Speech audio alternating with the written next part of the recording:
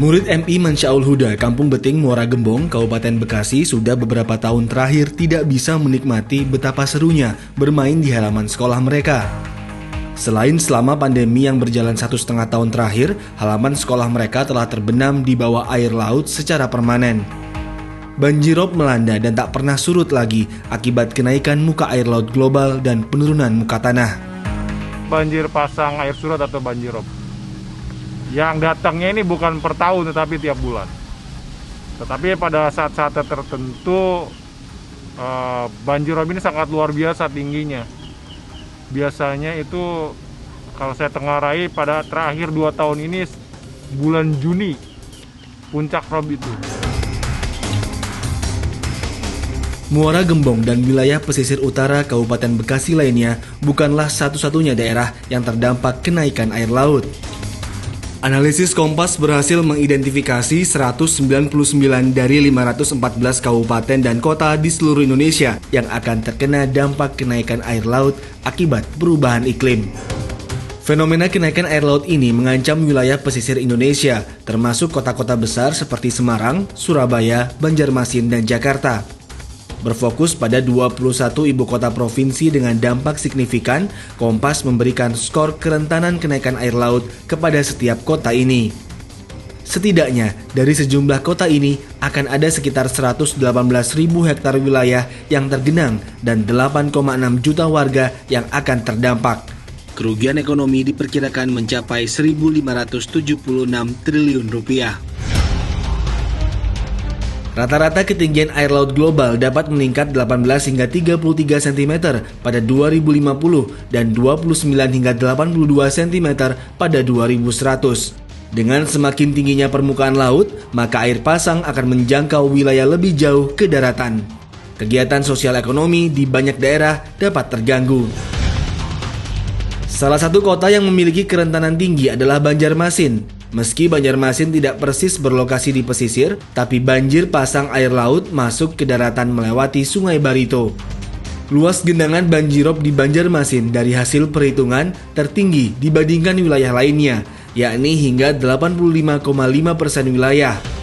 Penduduk yang terdampak pun juga proporsinya tertinggi, 83,6% atau 543.998 jiwa.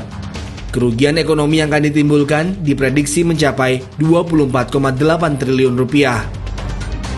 Secara geografis, topografis dan kondisi real di lapangan memang dinyatakan bahwa Banjarmasin posisinya 16 cm ya, 16 cm di bawah permukaan air laut.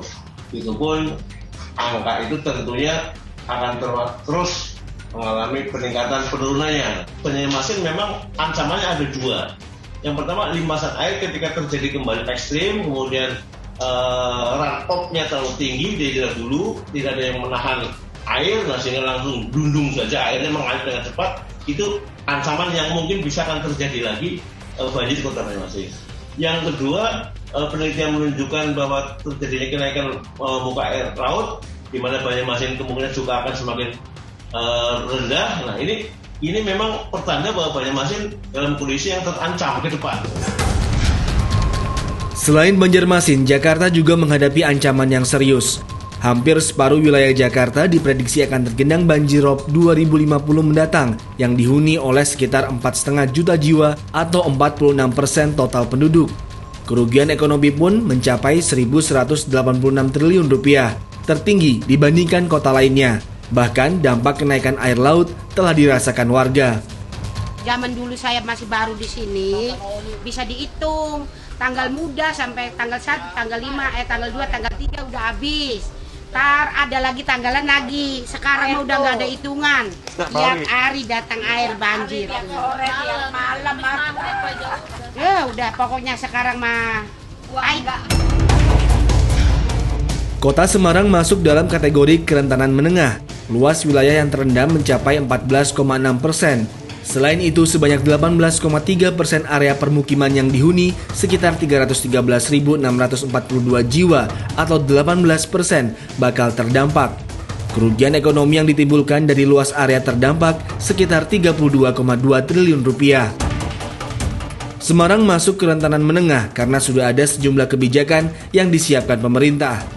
Pendekatan infrastruktur juga dilakukan di sana. Misal di Tambak Loro itu dengan adanya Sitpile U itu kan.